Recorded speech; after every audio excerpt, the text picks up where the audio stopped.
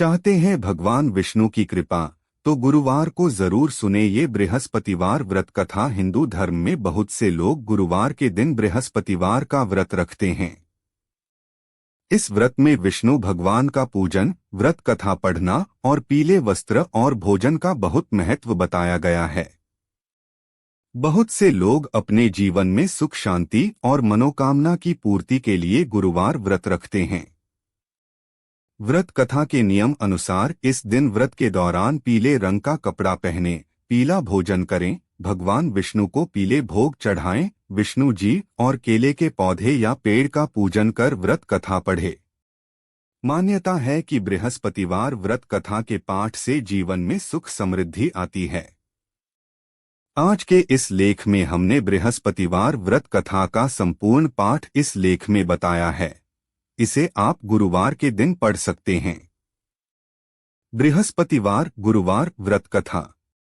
प्राचीन काल में एक बड़ी प्रतापी और दानी राजा राज करता था।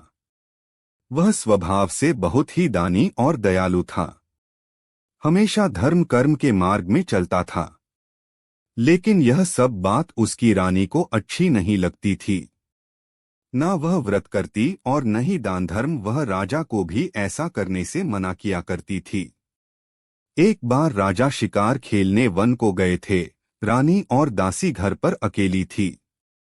तब बृहस्पति भगवान राजा के दरवाजे पर साधु के वेश में भिक्षा मांगने आए तो रानी कहने लगी, है साधु महाराज, मैं इस दान और पुण्य से तंग आ गई हूँ। आप मुझे कोई ऐसा उपाय बताएं जिससे यह सारा धन नष्ट हो जाए और मैं आराम से रह सकूं। मेरे पास करने को कोई कार्य न हो।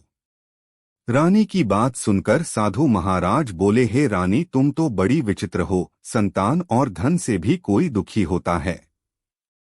अगर तुम्हारे पास धन अधिक है तो तुम इसे शुभ कार्यों में खर्च करो।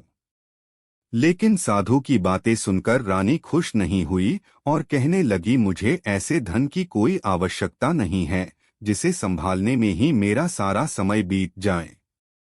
रानी की बात सुनकर साधु के वेश में बृहस्पति भगवान बोले, यदि तुम्हारी ऐसी इच्छा है तो मैं तुम्हें जैसा बताता हूँ तुम वैसा ही करना। 7 गुरुवार तक इन कार्यों को करना, जैसा घर को गोबर से लीपना, कपड़ा धोबी के यहाँ धुलवाना, भोजन में मांस मदिरा का सेवन करना। इससे तुम्हारा धन संपत्ति नष्ट हो जाएगा और तुम आराम से रह सकोगी। इतना कहकर साधु महाराज लोप हो गए। साधु के कही बातों के अनुसार करते हुए केवल 3 गुरुवार ही बीते थे कि उनकी समस्त धन संपदा नष्ट हो गई। जिसके बाद भोजन के लिए राजा का परिवार तरसने लगा। गरीबी को देखते हुए एक दिन राजा रानी से कहता है कि मैं परदेश को जाता हूँ, क्योंकि यहाँ मुझे सभी जानते हैं, इसलिए मैं यहाँ कोई छोटा कार्य नहीं कर सकता। ऐसा कहकर राजा परदेश चले गया। परदेश में राजा जंगल से लकड़ी काटकर लाता और उसे बेचकर जीवन यापन करने लगा। इधर राजा के बिना रानी और दासी दुखी रहने लगी। एक समय ऐसा आया जब 7 दिन रानी और दासी को बिना भोजन के रहना पड़ा। तब रानी ने अपनी दासी से कहा कि पास ही नगर में उसकी बहन रहती है। वह बहुत ही धनवान है, तू उसके पास जा और खाने के लिए कुछ ले ताकि थोड़ा बहुत गुजर बसर हो जाए। दासी रानी के बहन के पास गई। उस दिन गुरुवार था और रानी की बहन उस वक्त गुरु बृहस्पति भगवान की व्रत कथा सुन रही थी। जब दासी रानी की बहन के पास गई और अपनी रानी का संदेश दिया, तब रानी की बहन ने कोई उत्तर नहीं दिया तो दासी बहुत दुखी हुई और उसे क्रोध भी आया। दासी ने रानी को सारी बात बताई। तब दासी की बात सुनकर रानी ने अपने भाग्य को कोसा। उधर रानी की बहन से सोचा कि मेरी बहन की दासी आई थी, लेकिन मैं उससे नहीं बोली। कथा सुनकर और पूजन समाप्त कर रानी की बहन अपनी बहन के घर आई और कहने लगी, मैं गुरुवार व्रत कर रही थी, जब तुम्हारी दासी गई तब मैं कथा सुन रही थी। जब तक कथा होती है तब तक न उठते हैं और न ही बोलते हैं, इसलिए नहीं बोली। कहो दासी क्यों आई थी? तब रानी बोली, तुमसे कुछ छुपा नहीं है, हमारे घर खाने को अनाज नहीं है। ऐसे कहते कहते रानी की आंखें भर आई और उसने अपनी सभी बातें रानी को बता दी। रानी की बहन ने बोला, बृहस्पति भगवान सबकी मनोकामना पूर्ण करते हैं। देखो शायद तुम्हारे घर अनाज रखा हो। बहन की बात सुनकर रानी को विश्वास नहीं हुआ। बहन की आग्रह से रानी ने अपनी दासी को रसोई में भेजा तो उन्हें सचमुच एक अनाज से भरा घड़ा मिला। ये देख दासी को बहुत हैरानी हुई। उसने रानी को सब बता दिया और कहा कि जब हमको अनाज नहीं मिलता है तो हम व्रत करते हैं, क्यों न इनसे व्रत और कथा की विधि पूछने जाए ताकि हम भी गुरुवार व्रत कथा करें। तब रानी की अपनी बहन से बृहस्पतिवार के बारे में पूछा। रानी की बहन ने बताया कि बृहस्पतिवार के व्रत में चने की दाल और मुनक्का से केले की जड़ में पूजन करें, दीपक जलाएं और व्रत कथा सुने एवं व्रत के दौरान पीला भोजन ही करें, जिससे भगवान प्रसन्न होते हैं और मनोकामना पूर्ण करते हैं। व्रत और कथा की पूजन विधि बताकर रानी की बहन अपने घर लौट गई। एक सप्ताह बाद गुरुवार का दिन आया तो रानी और दासी ने व्रत रखा। दासी घुड़साल में जाकर व्रत का सामान लेकर आई, फिर केले की जड़ एवं विष्णु भगवान की पूजन कर कथा सुनी। गुरुवार की कथा। दोनों ने व्रत तो कर ली, अब पीला भोजन कहाँ से आए। दोनों बहुत दुखी हुई, लेकिन उन्होंने व्रत किया था इसलिए गुरु भगवान खुश थे। वह एक साधारण व्यक्ति के रूप में 2 थालों में सुंदर पीला भोजन लेकर आए और दासी को देकर बोले, ये भोजन तुम्हारे लिए और तुम्हारी रानी के लिए है, इसे तुम दोनों ग्रहण करना। ऐसे ही रानी और दासी गुरुवार का व्रत और पूजन करने लगी।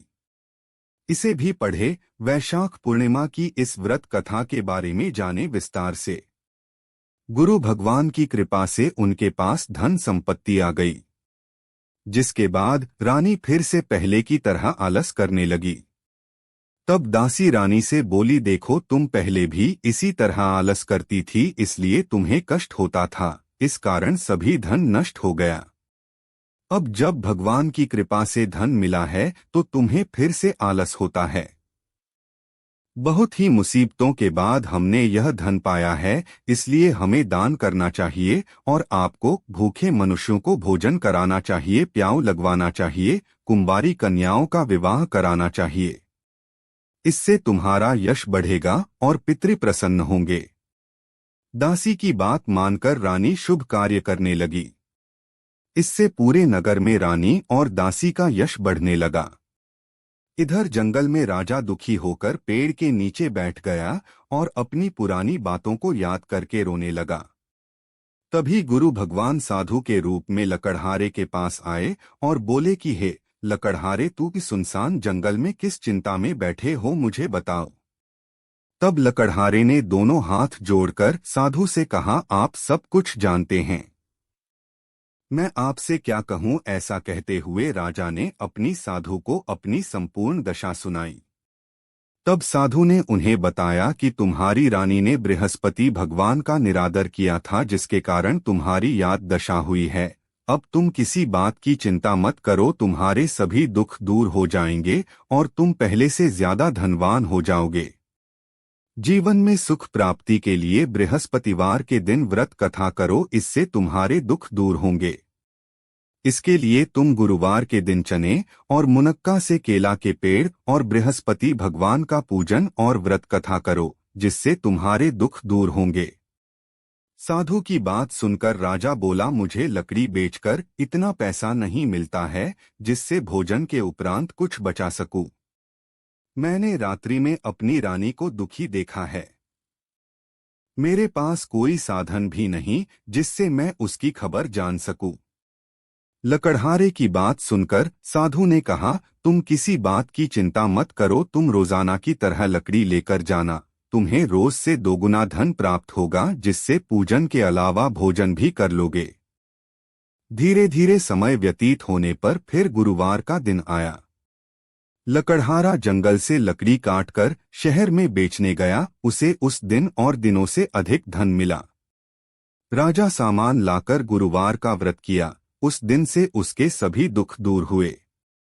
लेकिन जब अगले गुरुवार का दिन आया तो राजा व्रत करना भूल गया। इस कारण गुरु भगवान नाराज हो गए। उस दिन उस नगर के राजा ने एक विशाल यज्ञ का आयोजन किया था और शहर के लोगों को अपने घर में भोजन नहीं बनाने का आदेश दिया था। साथ ही यह भी कहा था कि जो भी राजा की आज्ञा को नहीं मानेगा उसे फांसी की सजा दे दी जाएगी। इस तरह राजा की आज्ञा से नगर के सभी लोग भोजन करने गए, लेकिन लकड़हारा कुछ देर से पहुंचा, इसलिए राजा उसे अपने साथ ले गए और साथ में भोजन करा रहे थे। तब रानी की दृष्टि उस खूंटी पर पड़ी जिस पर उसका हार लटका हुआ था। उसे हार खूंटी पर दिखाई नहीं दिया। तब रानी ने निश्चय किया कि मेरा हार इस लकड़हारे ने चुरा लिया है। लकड़हारे को कारागार में डलवा दिया गया। कारागार में जाकर राजा बहुत दुखी हुआ और अपनी पुरानी बातों को याद करके रोने लगा। तभी साधु के रूप में बृहस्पति देव प्रकट हुए और उसकी दशा देखकर कहा, तूने बृहस्पति देव की कथा नहीं की है, इसी कारण तुझे यह दुख प्राप्त हुआ है। अब किसी प्रकार की चिंता मत कर, गुरुवार के दिन तुझे कारागार के दरवाजे पर 4 पैसे पड़े मिलेंगे, उससे तू बृहस्पतिवार की कथा करना, तेरे सभी कष्ट दूर हो जाएंगे। बृहस्पतिवार के दिन उसे 4 पैसे मिले, उससे राजा बृहस्पति देव की कथा किया। उस रात बृहस्पति भगवान उस नगर के राजा के स्वप्न में आकर कहा, तूने जिस लकड़हारे को कारागार में बंद किया है उसे छोड़ देना, वह निर्दोष है। अगर तू ऐसा नहीं करेगा तो मैं तेरा राज्य नष्ट कर दूंगा। माता लक्ष्मी की उत्पत्ति की कहानी। रात्रि में स्वप्न के बाद राजा प्रातकाल उठा और खूंटी पर हार लटका देकर लकड़हारे को बुलाकर क्षमा मांगी एवं सुंदर वस्त्र आभूषण भेंट कर उसे विदा किया। गुरु भगवान की आज्ञा अनुसार राजा अपने नगर को लौट गया। जब राजा नगर के निकट पहुंचा तो उसे पहले से अधिक बाग और धर्मशालाएं दिखी। तब राजा ने नगर वासियों से पूछा कि यह किसने बनवाया है, तो सभी ने रानी का नाम लिया। यह सुन राजा को बहुत आश्चर्य हुआ और गुस्सा भी आया। जब रानी ने यह खबर सुनी कि राजा आ रहे हैं, तब उसने दासी से कहा, हे दासी, देख राजा हमको कितनी बुरी हालत में छोड़ गए थे। राजा हमारी ऐसी हालत देखकर लौट ना जाए, इसलिए तू दरवाजे पर खड़ी हो जा। रानी की आज्ञा अनुसार दासी दरवाजे पर खड़ी हो गई और जब राजा आए तो उन्हें अपने साथ ले आई। तब राजा ने तलवार निकाली और रानी से पूछा कि तुम्हें यह धन कैसे प्राप्त हुआ। तब रानी ने कहा, यह सब धन संपत्ति हमें गुरु भगवान की कृपा से प्राप्त हुआ है। रानी की बात सुनकर राजा ने निश्चय किया कि हर दिन गुरु भगवान का व्रत करेगा और दिन में 3 बार कहानी कहेगा। अब हर समय राजा के दुपट्टे में चने की दाल बंधी रहती और दिन में 3 बार कहानी कहता। एक रोज राजन विचार किया, चलो अपनी बहन के यहाँ हो आए। इस तरह का राजा घोड़े पर सवार हो अपनी बहन के यहाँ चल दिया। उसने देखा कि कुछ आदमी एक मुर्दे को लिए जा रहे हैं। तब राजा ने उन्हें रोककर कहा, अरे भाइयों, मेरी बृहस्पतिवार की कथा सुन लो। तब कुछ ने कहा, लो हमारा तो आदमी मर गया है और इसको अपनी कथा की पड़ी है। लेकिन कुछ ने कहा, अच्छा कहो, हम तुम्हारी कथा सुनेंगे। राजा ने दाल निकाली और कथा शुरू की। जब कथा आधी हुई तो मुर्दा हिलने लगा और जब कथा समाप्त हुई तो राम राम कहते हुए मुर्दा खड़ा हो गया। राजा आगे बढ़ा तो उसे एक किसान खेत में हल चलाता मिला। राजा ने उससे कथा सुनने का आग्रह किया, लेकिन किसान नहीं माना। राजा आगे बढ़ा। राजा के हटते ही बैल पछाड़ खाकर गिर गए और किसान के पेट में जोर से दर्द होने लगा। थोड़ी देर में जब किसान की माँ रोटी लेकर आई तब उसने अपने पुत्र से सभी हाल पूछा तो बेटे ने बता दिया। तब बुढ़िया दौड़ी दौड़ी राजा के पास गई और कहने लगी, मैं तेरी कथा सुनूंगी, तू अपनी कथा मेरे खेत पर चलकर कहना। राजा लौटकर कथा कही, जिसे सुनकर बैल खड़े हो गए और किसान के पेट का दर्द बंद हो गया। राजा अपनी बहन के घर पहुंच गया। बहन के भाई की खूब मेहमानी की। दूसरे रोज जब राजा जागा तो वह देखने लगा कि सब लोग भोजन कर रहे हैं, तब राजा ने अपनी बहन से पूछा, ऐसा कोई मनुष्य है जिसने भोजन नहीं किया हो? तब बहन बोली, हे भैया, यह देश ऐसा ही है, पहले यहाँ के लोग भोजन करते हैं, बाद में अन्य काम करते हैं। ऐसा कहकर बहन चली गई और सबसे पूछने लगी कि कोई ऐसा है जिसने भोजन नहीं किया हो। तब वह एक कुम्हार के घर गई जिसका लड़का बीमार था। उसे मालूम हुआ कि वहां किसी ने 3 दिन से भोजन नहीं किया है। रानी ने कुम्हार से अपने भाई की कथा सुनने के लिए आग्रह किया तो वह तैयार हो गया। राजा जाकर अपनी कथा कही, जिसको सुनकर उसका लड़का ठीक हो गया। अब तो राजा की प्रशंसा होने लगी थी। एक दिन राजा ने अपनी बहन से कहा, बहन, मैं अपने घर जाऊंगा, तुम भी तैयार हो जाओ। राजा की बहन ने अपने सास से भाई के साथ जाने की आज्ञा मांगी। तब उसकी सास बोली, चली जा, लेकिन अपने लड़के को मत ले जाना, क्योंकि तेरे भाई की कोई संतान नहीं है। बहन ने अपने भाई से कहा, हे भैया, मैं तो चलूंगी, परंतु कोई बालक नहीं जाएगा। तब राजा ने अपनी बहन से कहा, जब कोई बालक नहीं जाएगा तो तुम ही चलकर क्या करोगी? राजा दुखी मन से नगर को लौटा और रानी को सब बात बता दिया। तब रानी ने कहा, बृहस्पति भगवान ने हमें सब कुछ दिया है, वह हमें संतान अवश्य देंगे।